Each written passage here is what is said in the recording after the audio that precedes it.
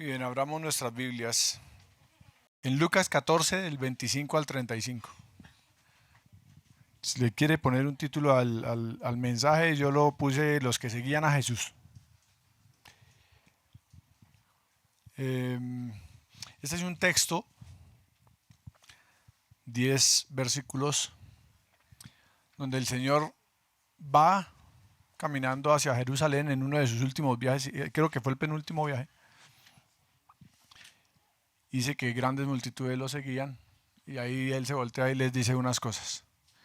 No voy a... Quiero leer todo el texto, pero me voy a centrar solamente en el primero. Pero es para que entendamos por qué el Señor les dijo lo que les dijo. ¿Sí me hago entender? Quiero que tengamos el contexto de qué fue lo que dijo, pero a quiénes le estaba diciendo es lo que vamos a ver. Dice, seguir a Cristo te llevará desde donde estás hasta donde necesitas estar, en la mayor aventura que puedes realizar. Buscarlo cumple tu mayor propósito. ¿Cuál es su mayor propósito en esta tierra? Alguien que me diga. Amar a Dios sobre todas las cosas, el gran mandamiento. Sus mandamientos, amar a Dios. El que ama, obedece. Entonces, el mayor propósito es que nosotros lo amemos por encima de todas las cosas. Y a eso se le llama darle toda la gloria a Él. Magnificar su gloria. Magnificar la gloria de Dios. Aquí no estamos en la tierra para ser salvos. Eso es parte de las consecuencias. ¿Cierto? No estamos aquí para ser bendecidos. Estamos en la tierra para magnificar la gloria de Dios. Ese es nuestro objetivo. Que Dios sea glorificado en todo lo que hagamos. Dios no me hizo salvo porque yo era bueno o porque me lo mereciera. Él me hizo salvo para que yo lo glorificara a Él. Si venir a Cristo es pensar que es ser salvo y que tengo un seguro contra incendios en el infierno, no le estoy dando la gloria a Dios. Y estoy pensando que es por mí. Pero sí voy a obtener la salvación, sí. ¿Voy a ser salvo del infierno? Sí. Pero el objetivo es darle la gloria a Dios. Amén. Tenemos que tener en cuenta que es una invitación personal para embarcarnos en un viaje espiritual. No es una cuestión física, no es un llamado a un caminar físico simplemente, sino que es un viaje espiritual. Nos invita a seguirlo con nuestro corazón, con nuestras, como decía ahorita Marilce, con todo nuestro ser, con nuestros pensamientos, con nuestra mente, con nuestras fuerzas, con todo lo que nosotros somos. Y a dar pasos en dirección hacia Él. ¿Hacia dónde estamos encaminando nuestros pasos? Hoy hemos cantado canciones que nos mueven, digo yo, nos mueven, nos motivan, nos hacen ver la grandeza de Dios y nos hacen ver su inmenso amor. El credo, eso debemos aprendérnoslo completico, de memoria, saber en qué creemos. Que cuando alguien le pregunte, ¿usted en qué cree? Entonces yo creo en esto y esto. Pero que no nos cojan, ¿usted en qué cree? Pues yo creo en Dios, y el otro también. ¿Qué diferencia hay? Si no tengo los suficientes argumentos para decir por qué creo, pues es medio difícil que los otros lo entiendan. Seguir a Jesús se había convertido en algo popular en aquellos días. Hoy también, ¿no? Hoy también hay mucha gente que sigue por moda a Jesús, sigue por moda porque pues mi vecino se hizo cristiano, entonces vamos a ver qué es eso y por moda vamos allá. Pero la preocupación de Jesús era genuina. Todo el tiempo él pensaba siempre en el alma de esas personas que estaban siguiéndolo. Vamos ahora sí a leer lo que dice Lucas 14, del 25 al 35. Dice así: grandes multitudes iban con él y volviéndose les dijo. ¿Quién se volvió? El Señor Jesús. Si alguno viene a mí y no aborrece a su padre y madre y mujer e hijos y hermanos y hermanas y aún también su propia vida, no puede ser mi discípulo. Y el que no lleva su cruz y viene en pos de mí, no puede ser mi discípulo. Porque ¿quién de vosotros, queriendo edificar una torre, no se sienta primero y calcula los gastos a ver si tiene lo que necesita para acabarla? No sea que después que haya puesto el cimiento y no pueda acabarla, todos los que lo vean comiencen a hacer burla de él, diciendo: este hombre comenzó a edificar y no pudo acabar.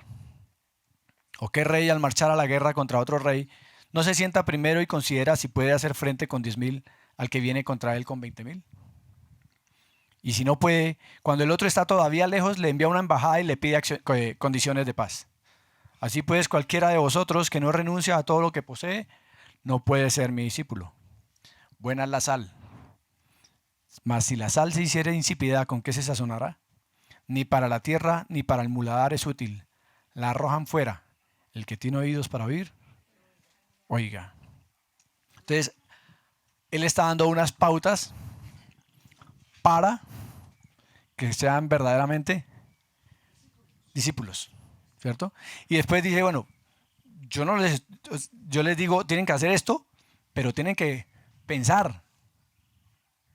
O sea, siéntense y echen cabeza, si están realmente preparados o si están realmente dispuestos a hacerlo, dispuestos a seguirme. Pero como les decía, vamos a ver solamente lo del primer versículo. Aquí en esto el Señor Jesús les da unas palabras muy duras. Está hablándole a multitudes y les está diciendo unas cosas verdaderamente fuertes.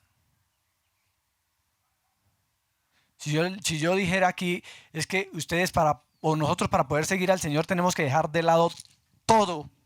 Nuestra esposa, nuestros hijos, nuestros padres, nuestras posesiones, absolutamente todo. ¿Eso sería suave? Es lo que está haciendo el Señor. Está dando unas palabras supremamente fuertes y muy contundentes. Y obviamente estas palabras, este mensaje hizo más difícil seguirlo. ¿Por qué? Pues porque obviamente yo tenía que comenzar a pensar si realmente estaba convencido de a quién iba a seguir, si quería seguirlo o no. Pero, ¿por qué Jesús les dijo todo eso? Porque él sabía que ya no tenía mucho tiempo. Como les dije hace un rato, fue la penúltima vez que fue a Jerusalén. Iba camino a Jerusalén. Y en la siguiente vez que iba a ir, que fue lo que hemos estado viendo con el pastor, ya fue la entrada triunfal y la semana en que sucedió todo el tiempo, toda la pasión, todo el sufrimiento y ya la crucifixión. Esa fue la siguiente vez que estuvo. Esto fue un par de meses antes, unos cuantos meses antes. Entonces él sabía que ya no tenía mucho tiempo en la tierra y pues el Señor Jesús no se ponía a endulzar las cosas. Él decía las cosas con mucho amor. Él decía las cosas siempre con amor, pero era firme con lo que decía. Él no endulzaba las cosas simplemente para que no se molestara a alguien. A los fariseos, ¿qué les decía? Hipócritas, ustedes son unas víboras, ustedes son sepulcros blanqueados, ustedes son, mejor dicho. Les decía de todo. ¿Porque los odiaba? No, sino para que se dieran cuenta de que lo que estaban haciendo y por donde iban no era la manera. ¿Okay? Pero les decía de esa forma precisamente era ¿por qué? Porque ellos conocían la palabra. Los fariseos conocían completamente lo que había escrito hasta ese momento. Se lo sabían de memoria, pero no lo vivían. Entonces el Señor Jesús era fuerte con él. Por eso dice la palabra también que al que más se le da, más se le exige, ¿cierto? Muy bien. Por eso sus palabras fueron directas y exigentes, difíciles de escuchar para los que lo seguían. Para poder entender mejor el mensaje que les dio, vamos a ver ese versículo 25 y ver los diferentes grupos de personas que lo seguían, para que en una próxima prédica les pueda hablar de lo que dijo. Entonces, cuando Dios me permita estar otra vez aquí al frente, vamos a ver sobre el por qué hay que aborrecer, o a qué se refiere el Señor con eso. Muy bien. Versículo 25 dice, grandes multitudes iban con él. Hasta ahí. Dice, las grandes multitudes son un gran escondite. Busque a alguien en una gran multitud.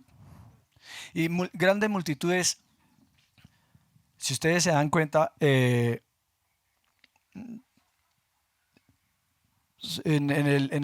donde les dio de comer a los 5,000, eran 5,000 varones. Si decimos que todos los varones tenían esposa, ya serían 10,000 personas. Y si por bajito, por pequeña que fuera la familia, digamos que tenían un hijo. Pero las familias de ese entonces se caracterizaban por tener entre 4, 5 y hasta más hijos. La sola familia de José y María, ¿cuántos hijos eran? Eran 7 más o menos, hasta donde dice la palabra. 4 hermanos, dos de sus hermanas, dice la palabra en algún lado. Sus 4 hermanos y 2 de sus hermanas. Entonces, posiblemente puede que haya habido más mujeres. Pero era una familia grande. Entonces, digamos que era uno por cada familia. Eso hace 15,000, por lo menos 15,000 personas. En esa multitud. Aquí está hablando de grandes multitudes. Está hablando en plural. No era una multitud, grandes multitudes. Entonces es muchísima gente, demasiada gente. Pero entre más grandes las multitudes, mejor es el escondite. Entre más gente es más fácil pasar desapercibido y permanecer en el anonimato. Si ustedes se dan cuenta también, cuando hay gente reunida, es más fácil exasperar un grupo que exasperar una sola persona. Y porque fulano se exasperó aquí, se airó, entonces los otros también tienen como la cobertura, por decirlo de esa manera. Se pegan ahí a eso y entonces estamos en grupo. ¿Se han dado cuenta que los chinos cuando están solos en la calle no, son un alma de Dios? Pero cuando están en grupo, dígales algo, se envalentonan. Así pasa aquí. Uno se puede esconder muy fácilmente en medio de una gran multitud. El Señor iba hacia Jerusalén en su penúltimo viaje. Fijémonos que no lo seguía solamente un puñado de personas, ni como decía hace un momento una multitud, sino que eran muchas personas, eran multitudes, grandes multitudes. ¿Por qué lo seguían tanta gente? Porque ellos querían ver cosas. Habían oído de él, habían visto cosas y querían seguirlo, era el artista del momento, por decirlo así. El centro. Viene Jesús, ¡wow! Hasta fans yo creo que tendría. ¿Cierto? Querían verlo con sus propios ojos. Querían escucharlo. Poder decir, oh, yo estuve en una prédica de Jesús. Yo lo vi hacer esto, yo lo vi hacer lo otro. ¿Usted ha ido por allá? No, no sabe lo que perdió. ¿No nos pasa a nosotros igual? Vino fulanito de tal. Qué machera. Estuve allá en el concierto, en la prédica, en la conferencia. Vino el presidente y estuve ahí donde estaba él. Bueno, ahorita no es que sea muy atractiva la cuestión de estar en una reunión con el presidente, pero estuve con el presidente, puedo decir que estuve con el presidente. Entonces uno dice, ¿usted fue? No, yo no estuve. Qué lástima, mano, pero entonces uno saca pecho, ¿no? Yo estuve con fulano de tal. Veamos qué clase de grupos había y en cuál de ellos podemos ubicarnos cada uno. La idea es que dejemos que el Espíritu Santo nos muestre realmente en qué posición estamos hoy. Aquí comienza lo que menos nos gusta. No vayan a pensar que estoy regañando, por favor. Primero, la mayoría curiosa. La mayoría curiosa. Era gente que sin duda se sentían atraídos por las cosas notables que había hecho Jesús. Habían oído acerca de él, vuelvo y digo. Oyeron de sus milagros o tal vez algunos de ellos habrían participado o más bien presenciado alguno de ellos. De pronto querían ver qué más podía hacer o qué más decía. O si insultaba a los religiosos, pues mejor todavía, para poder llegar a la casa a despotricar también de ellos. Querían ver cómo era ese hombre que afirmaba ser el Hijo de Dios. Yo quiero verlo, quiero saber cómo es. Y algunos yo creo que se despegan alguna decepcionada cuando lo veían. Sí. En términos nuestros, uno podría decir, no, ese man es igual a mí. Hasta más bonito soy yo. ¿Cierto? Uno puede entrar a comparar, uno compara. Oiga, pero ¿qué le ven? ¿Qué le ven a esos cantantes, por ejemplo? ¿Qué le ven al rey del despecho? ¿Qué le veían? Ya se murió el rey del despecho. ¿Qué le veían? Pero lo seguía cantidad de gente. ¿Qué le veían? A mí particularmente ni la voz me gustaba. Pero tenía gente que lo seguía. Se preguntaban si él era el tan anhelado Mesías porque él hablaba con autoridad como no había ningún otro hombre así antes. No había habido ningún hombre que hablara como él lo hacía, con la autoridad. Él porque decía las cosas. Porque quería que la gente conociera a Dios, conociera al Padre. Y él hablaba, pero no hablaba por hablar. Acuérdense que él siempre decía, yo digo lo que escucho decir a mi Padre. Y es lo que digo, yo no digo otra cosa. Entonces, ¿tenía autoridad o no tenía autoridad? La tenía toda. Entonces la gente sabía, la gente se da cuenta cuando los demás hablan con autoridad o no. Nuestros vecinos se dan cuenta cuando hablamos con autoridad. Cuando le vamos a presentar el evangelio, se dan cuenta si lo hacemos con autoridad o no.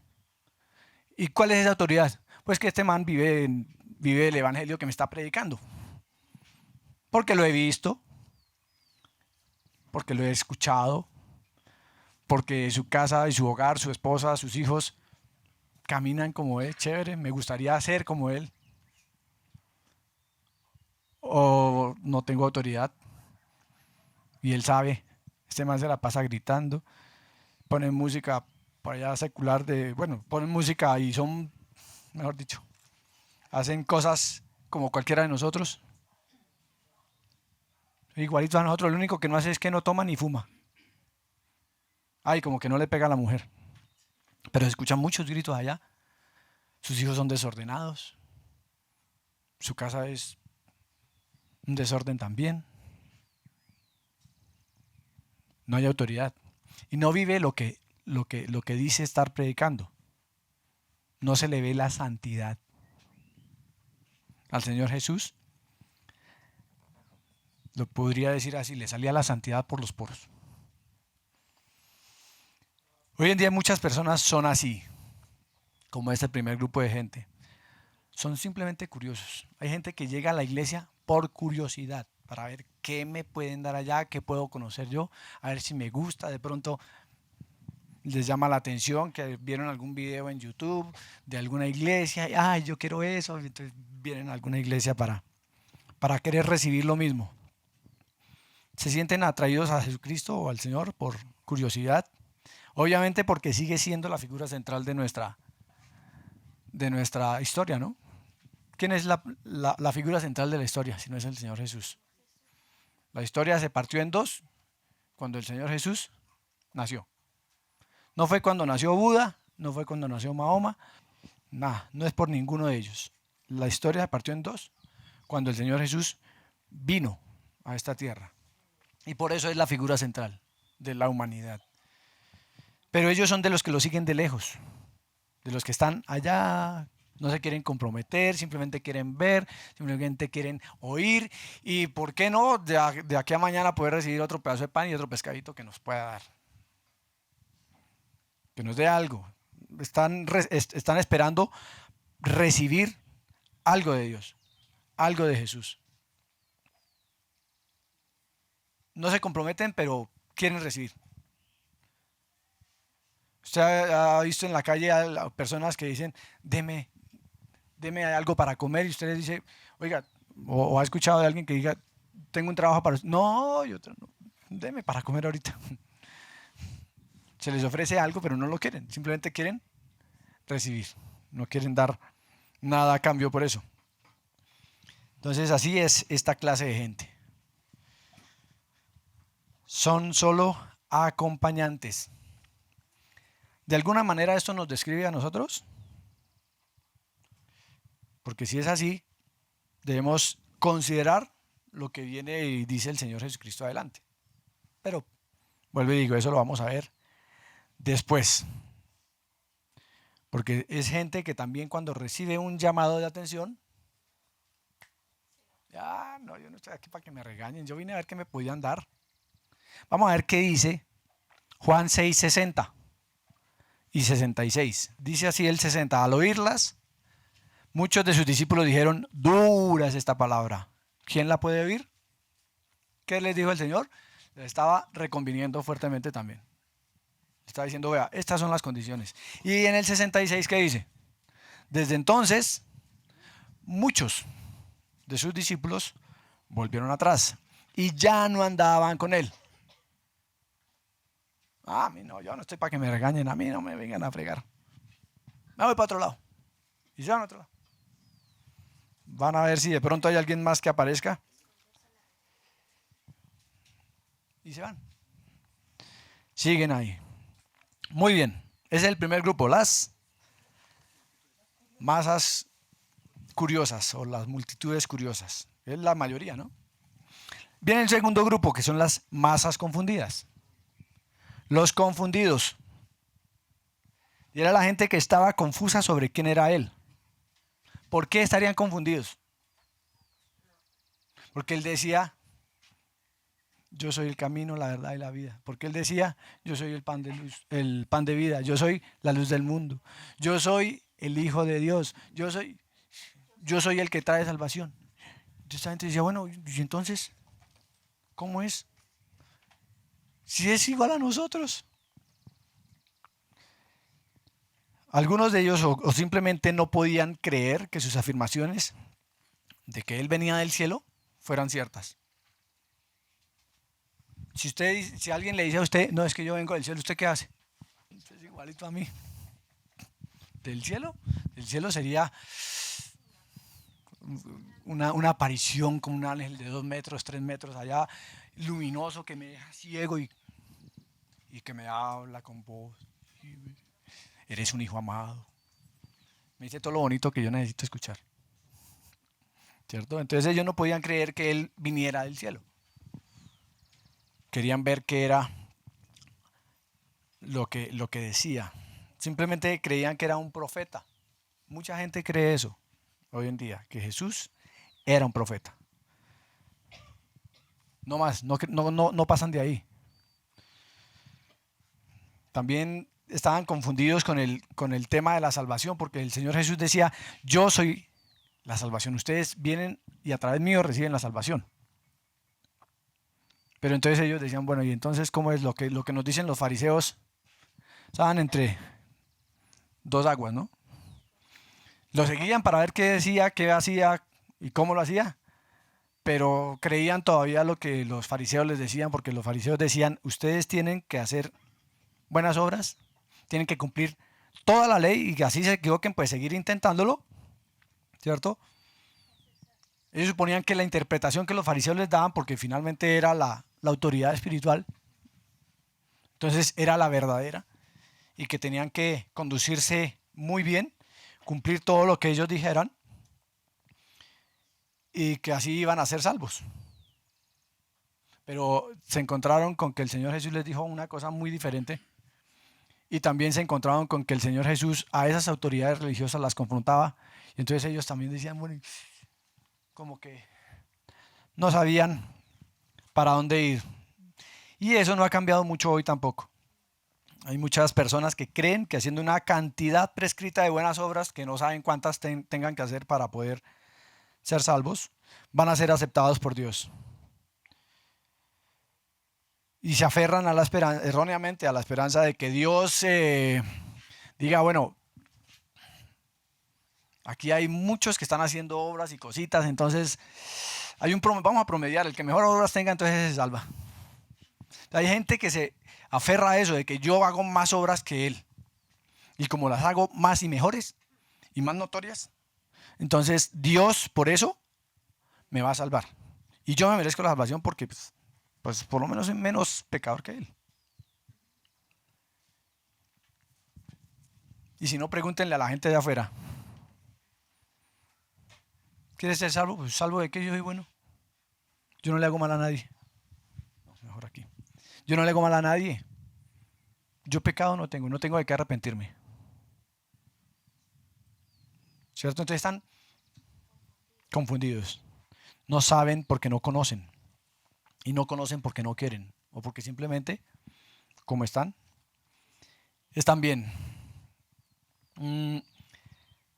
Son aquellos que cuestionan lo que dice su palabra. Y algunos textos simplemente creen que están mal, que no deberían estar en la palabra. ¿Se han encontrado gente así? Ahora la pregunta es, ¿le ha pasado? ¿Ahí usted cree que algunos textos de la palabra no deberían estar ahí?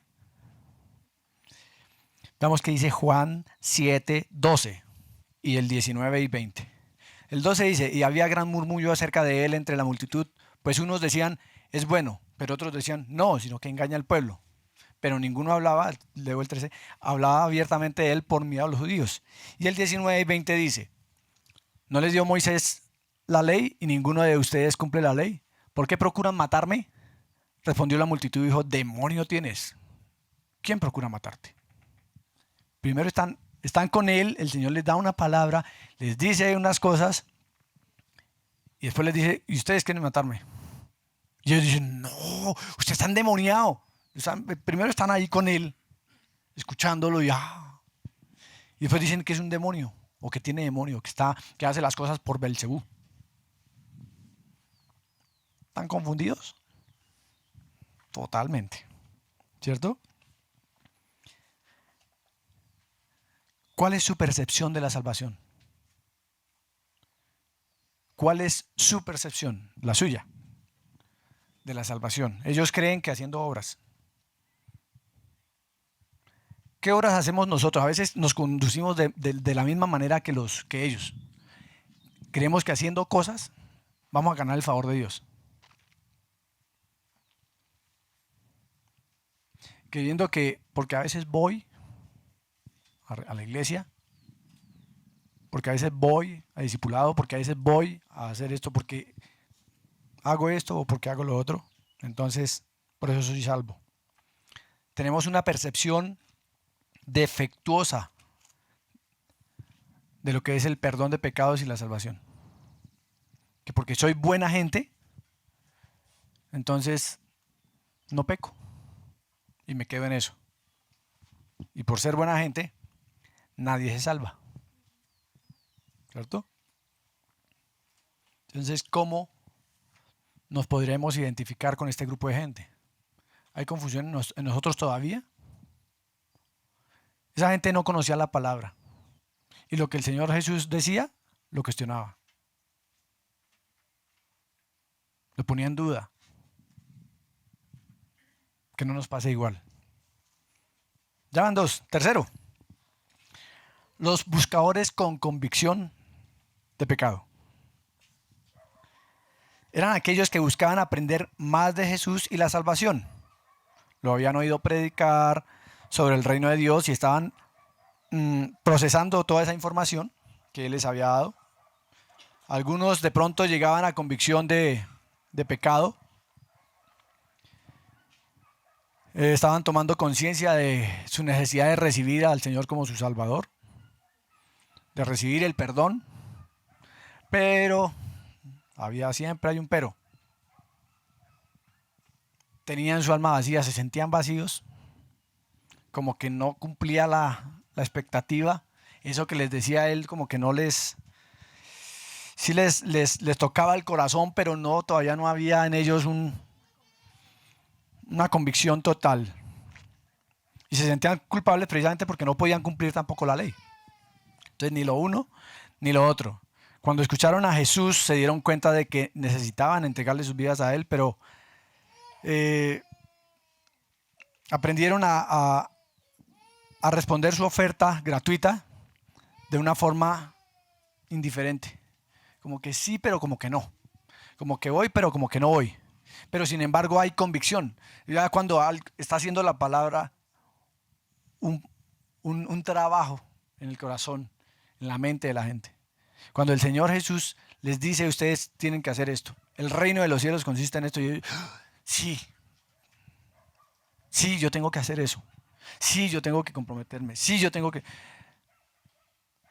Pero una cosa es decirlo y otra cosa es hacerlo. Pero ellos todavía no habían respondido a esa invitación, a la invitación que el Señor Jesús les hacía. Aún no estaban preparados para hacer esta elección, ya que los abrumaba la magnitud de lo que tenían que decidir, ¿cierto? Y de lo que necesitaban hacer. ¿Qué necesitaban hacer? Pues lo que dice el Señor ahí en los otros versículos adelante. Y ellos no estaban muy dispuestos todavía. Sentían que no podían abandonar sus antiguas costumbres. ¿En nosotros hay todavía costumbres antiguas? Wow. Yo me admiro a veces de lo carnal que todavía soy. De la naturaleza asquerosa que hay todavía en mí. Uno, y eso es el siguiente grupo, pero uno trata a veces, o uno generalmente tapa todo con un manto de santidad, que los demás me vean así. Pero uno conoce su condición. Esta gente se estaban dando cuenta y se habían dado cuenta de la condición en la que estaban. Sabían que lo que el Señor Jesús decía era cierto. Pero no querían dejar atrás lo que tenían. No querían abandonar sus costumbres. ¿Ese puede ser nuestro caso? No dejar cosas. Estoy acostumbrado a hacerlo así. Y así lo hago. Que no nos pase lo que le pasaba a la señora que cocinaba, que siempre invitaba a la familia a comer pescado. Sí saben esa historia, ¿no? El pastor la echaba aquí. La ha contado. Le cortaba la cola y le cortaba la cabeza.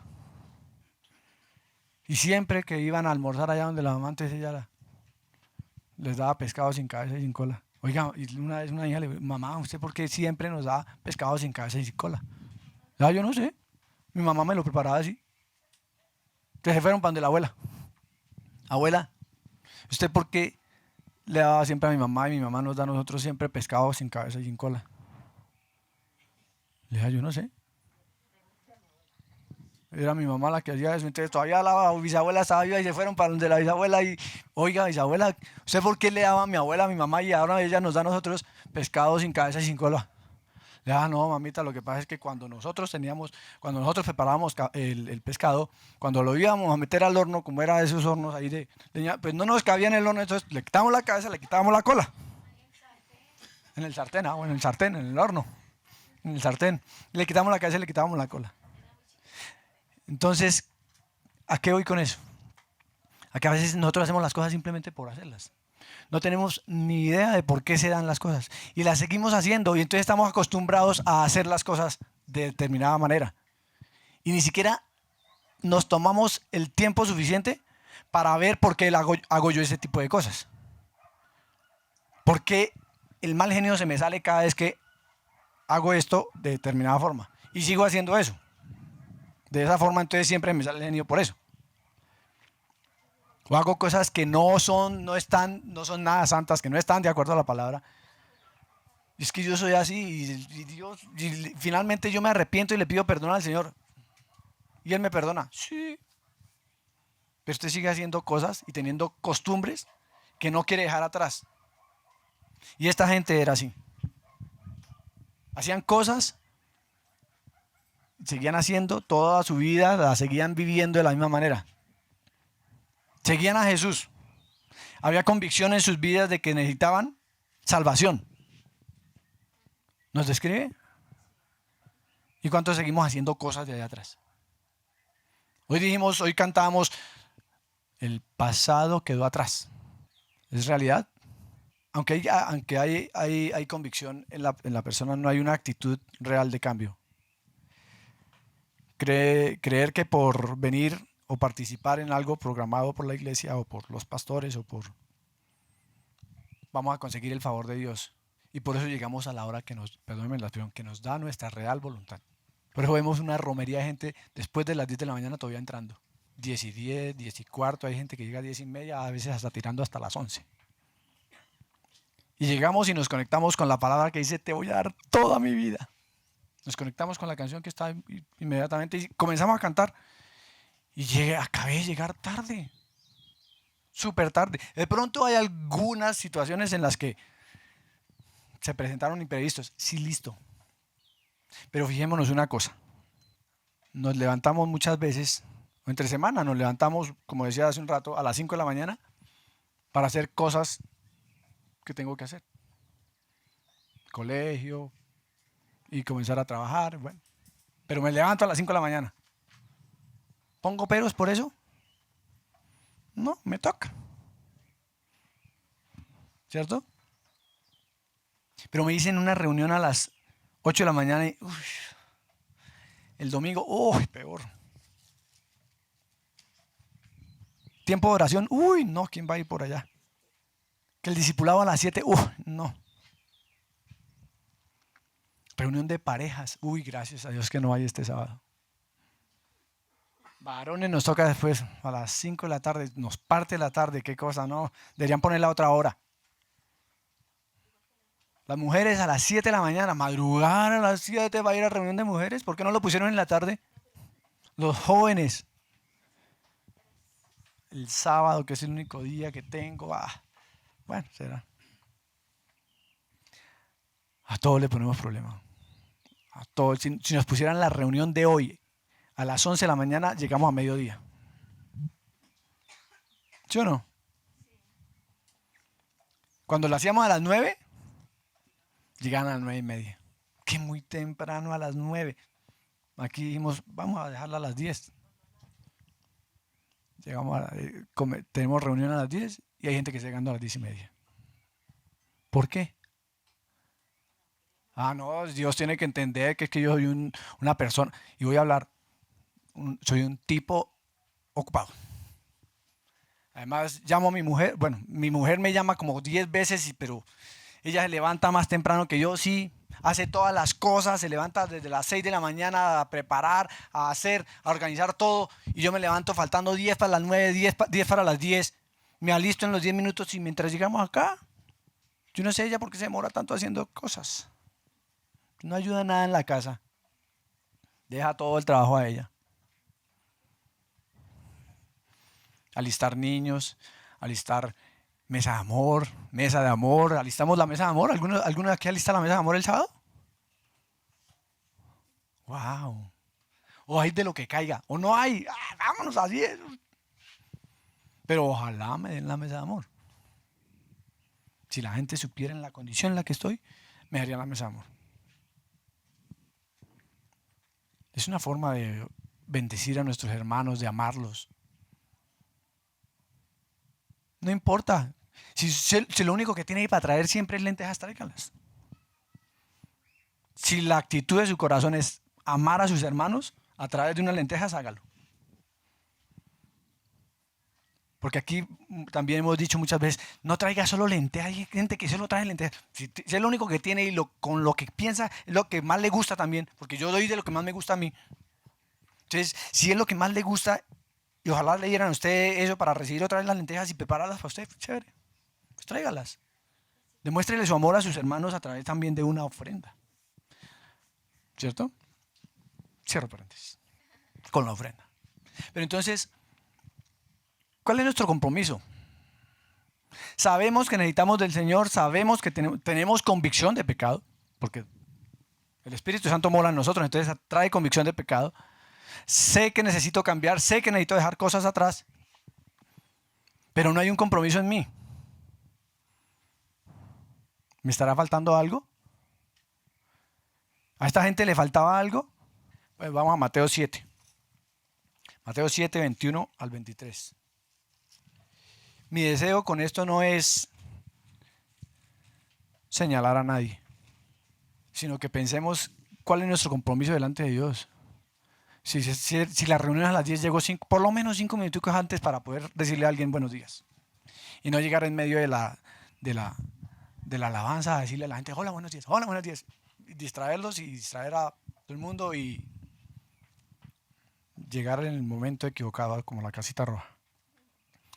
Mateo 7, 21 al 23 dice así: no todo el que me dice Señor, Señor, entrará en el reino de los cielos, sino el que hace la voluntad de mi Padre que está en los cielos. Muchos me dirán en aquel día, Señor, Señor, ¿no profetizamos en tu nombre y en tu nombre echamos fuera demonios y en tu nombre hicimos muchos milagros? Y entonces les declararé, nunca los conocí, apartados de mí, hacedores de maldad. Pero ¿cómo así que hacedores de maldad si yo hice todo lo que tú dijiste? Echar fuera demonios, todo eso que dije, lo hice y me dice que soy un hacedor de maldad. ¿Por qué?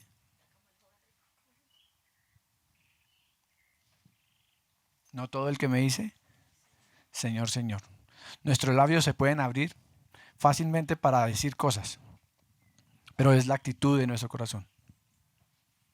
Y obviamente con la actitud de nuestro corazón, nuestros labios van a poder declarar lo que es. Porque finalmente lo que hay en el corazón, habla la boca.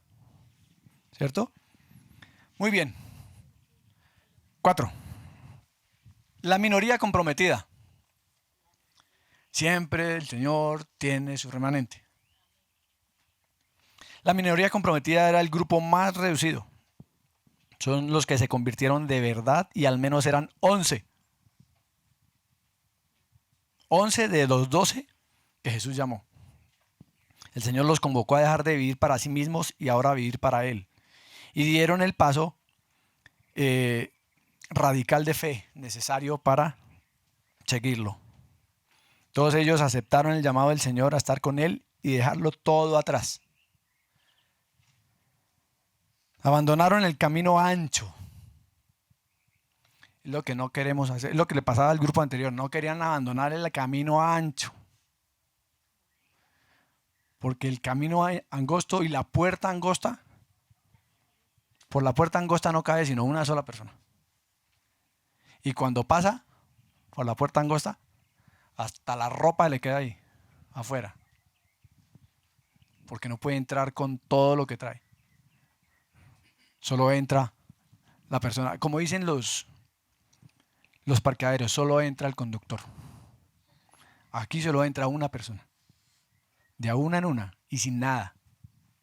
Pero entonces estos sí eran personas que tenían la convicción que habían dejado todo atrás para estar con el Señor. Atendieron a su llamado. Como decía, abandonaron el camino ancho y entraron por la puerta angosta. Dejaron a los muchos para estar con los pocos. Y aquí vuelve la pregunta. ¿Nosotros abandonamos nuestro antiguo estilo de vida? ¿Nosotros hemos creído en el Señor? Creemos, yo creo que somos una minoría comprometida. Lo digo así porque nos falta, obviamente. Somos una minoría comprometida. Pero a veces queremos acomodar nuestro antiguo estilo de vida a la vida cristiana. Queremos acomodarnos a nuestra manera. Pero lo que el Señor Jesús hizo con ellos no fue eso. Lo que ellos hicieron no fue eso. Pedro, cuando lo llamó el Señor Jesús, ¿qué hizo? Dejó las redes atrás. Era un pescador y de los buenos. Andrés, otro pescador, sí era hermano de Simón Pedro, ¿no? Hermano de Simón. También dejó las redes porque también era pescador. ¿Y ahora de qué vamos a vivir? Y mi familia, porque Pedrito tenía familia. Si tenía suegra,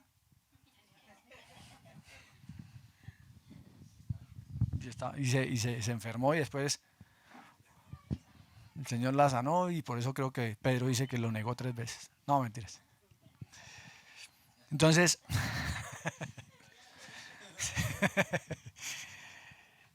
Pedro, ¿qué hizo? Dejó todo. Seguía viendo en él dudas. ¿Cuántas veces no la embarró? En un momento ahí le dice, Señor, ¿a quién iremos si solo tú tienes palabras de vida eterna y tú eres el único? Y al ratico está diciendo, no, ¿cómo vas a ir a la cruz? No puedes ir. Y el Señor Jesús le está diciendo, quita, apártese de mí, Satanás. Sí, yo sé que esto, y vuelve y la embarra. Vuelve venimos y cogen al Señor Jesús, lo apresan y él saca la espada como si con la espada fuera a librarlo de la muerte en la cruz y le corta, le mocha la oreja al soldado del templo. Y el Señor le dice, Pedrito, hermano, usted se llama más bonito callado y sin hacer nada. No le dice así, pero entonces el Señor ¿qué hace? Que coge la oreja y se la pega. Le dice, hermano, eso no es así, no es a espada. Señor, pero donde vayas yo te voy a seguir. Vimos hace 8 días, mi vida, ¿sí fue hace 8 días qué? Mi vida pondré por ti. Ay, Pedro. Antes de que el gallo cante 3 veces, de que el gallo cante, usted me habrá negado 3 veces. Y eso va a pasar hoy. Pedro tenía muchas fallas, muchas fallas. ¿En qué nos diferenciamos de Pedro? Pedro lo negó una vez. ¿Cuántas veces lo hemos negado nosotros? ¿Cuántas veces no solamente hemos querido mochar la oreja del hermano aquí en la misma iglesia, sino cuántas veces hemos matado gente allá afuera? Y no físicamente. ¿Cierto? ¿Seguimos siendo carne? Sí. ¿Pero nos seguimos dejando manejar por la carne? Sí. También. ¿Hay una naturaleza pecaminosa en nosotros? Sí. ¿Pero ellos eran igual que nosotros? Sí. ¿Qué hizo la diferencia en ellos? Que creyeron en Jesús. A pesar de que lo volvieron a dejar solo, creyeron en el Señor Jesús. Y sus vidas fueron totalmente transformadas, realmente transformadas. ¿Cuándo? Cuando vino el Espíritu Santo. Cuando recibieron el Espíritu Santo. Ese Pedro que había cortado orejas, que había negado al Señor, que se había ido otra vez a pescar, que dijo, que le dijeron apártate de mí, Satanás, que no es que haya sido Satanás, sino que Jesús vio que Satanás estaba usándolo para interponerse en la obra. Entonces, a ese Pedro, cuando fue lleno del Espíritu Santo, lo primero que hizo fue salir a decirle, no estamos borrachos ni nada que le parezca. Es esto, y más de 3,000 personas se convirtieron al Señor. Que murió crucificado de cabeza. Algunos creen que en Roma y que por eso el papado está allá. Hay otros que dicen que no fue en Roma. No importa dónde haya muerto. Estuvo dispuesto a dar su vida por el Señor. Y cada uno de los apóstoles y cada uno de los discípulos hicieron eso. Y cada uno de los mártires que sufrió en el circo romano, vivieron así. ¿Cuánto estamos nosotros dispuestos a dar por el Señor Jesús? ¿Realmente estamos dispuestos a dar nuestra vida por Él? Estos hombres sí estaban dispuestos a eso. Aunque tuvieran en ese momento un pensamiento de un Mesías diferente, un gobernante, un militar que los salvara del yugo romano. Y de paso acabara con unos cuantos religiosos de los que había que nos imponían todas las cosas que no. Pero la tenían clara. Habían compartido con el Señor. ¿Por qué seguir a Cristo no cuesta algo? No cuesta mucho. ¿A cuánto les cuesta mucho? Porque si es mucho no es todo. Y si es algo, pues obviamente no es todo. Seguir a Cristo cuesta todo. Por eso ahí el título es lo que cuesta seguir a Cristo. Lo cuesta todo. Veamos lo que dice Marcos 10:28. Dice, entonces Pedro comenzó a decirle, he aquí nosotros lo hemos dejado todo y te hemos seguido. Pedro lo está diciendo. Lo dejamos todo por ti, Señor. Filipenses 3, del 7 al 8. Pero cuantas cosas eran para mí ganancia, las he estimado como pérdida por amor de Cristo. Y ciertamente aún estimo todas las cosas como pérdida por la excelencia del conocimiento de Cristo Jesús, mi Señor, por amor del cual lo he perdido todo. Y lo tengo por basura. En el original dice caca. Lo tengo por basura, por excremento, para ganar a Cristo. Pedro lo dejó todo. Pablo lo dejó todo. Pablo dice en otro lado, yo tenía de qué gloriarme, sí, porque yo era esto, pero eso es basura delante de lo que es el Señor para mí. Y el último, Efesios 4:22.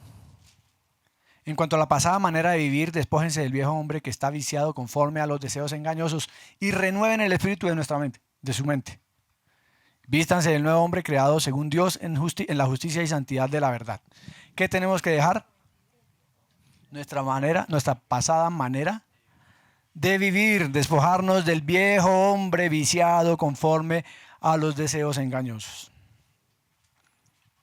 Eso es lo que tenemos que hacer. Dejarlo todo. No podemos seguir siendo medias tintas. Y con esto ya termino. El quinto y último. Y el último grupo de personas eran los seguidores falsos. Es un grupo muy peligroso. Bueno, todos los diferentes a lo anterior son peligrosos. Andar en cualquiera de ellos. Pero este grupo era muy peligroso. ¿Por qué? Porque estos tenían la apariencia de ser discípulos genuinos, expertos en mezclarse con la multitud religiosa. Conocían las palabras correctas para sonar espirituales. ¿Nos suena eso conocido? Tal vez lo hayamos practicado. Eran hábiles para enmascarar su propio vacío espiritual. Disfrutaban estar cerca de Jesús, incluso viajaban con Él, permanecían a su lado. Pero en realidad no eran auténticos creyentes. Sabían de Jesús, pero no lo conocían. Tenían un apego superficial a Jesús. Tenían un testimonio vacío en Cristo. No lo conocían, no sabían quién era Él. Uno de ellos era Judas.